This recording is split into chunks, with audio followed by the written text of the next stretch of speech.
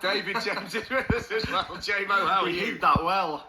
Yeah, I'm really good, Fletch. Good to be with you guys on a Friday night. Looking forward to some good footy chat.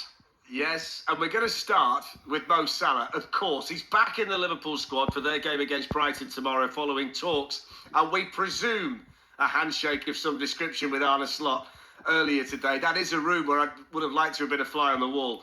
The BBC's football reporter Adam Patel says the decision was made with Slot wanting to act in the best interests of the club, particularly due to the number of players out through injury. Now, issues still remain unresolved. Those will continue to be tackled by Liverpool and Salah's agent while the player is at the Africa Cup of Nations.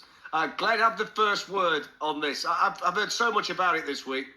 Jamie Carragher went off. Steven Gerrard was a bit more measured. You kind of saw it from both sides.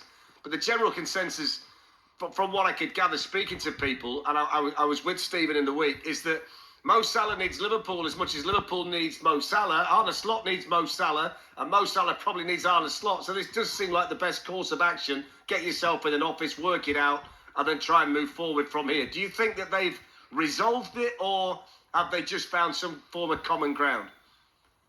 Oh, have they resolved? That's a big question, Fletch. I mean, I've never been a manager, and I don't know whether I would like to get burned like a player like that, and if I could let it go if I was a manager. So I don't know if that'll really Ted again in the future. But listen, as far as Mo Salah's concerned, I feel as though, even though it may have been scheduled, planned, I feel as though it was a lot of frustration boiling over. I've looked into Liverpool and the way they play a lot, and there's a lack of forward balls when they're spacing behind teams. I went back and I watched Trent Alexander-Arnold as well, and sometimes Mo Salah will be showing for Trent to go behind, but a lot of the time Trent would make him run, and sometimes you've got to do that with your forwards by just putting that ball into the space. And I feel as though there's a change in Liverpool's tactics where it's a little bit more methodical, a little bit slower, and all of a sudden Mo Salah is getting it wide on the touchline, they're doubling up on him, and he can't be as I suppose he can't express himself as much as what he would like and what we've become used to.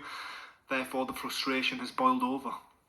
One thing that's been said a lot, Nige, is that people are kind of now picking on the fact that Mo Salah doesn't track back and Liverpool are leaking goals on that side. I can't ever recall Mo Salah tracking back a great deal anyway. Why all of a sudden is Mo Salah's defensive abilities being called into question at Liverpool? He's never done that. He rattles in 25 to 30 a season at the other end. That's what he's there for.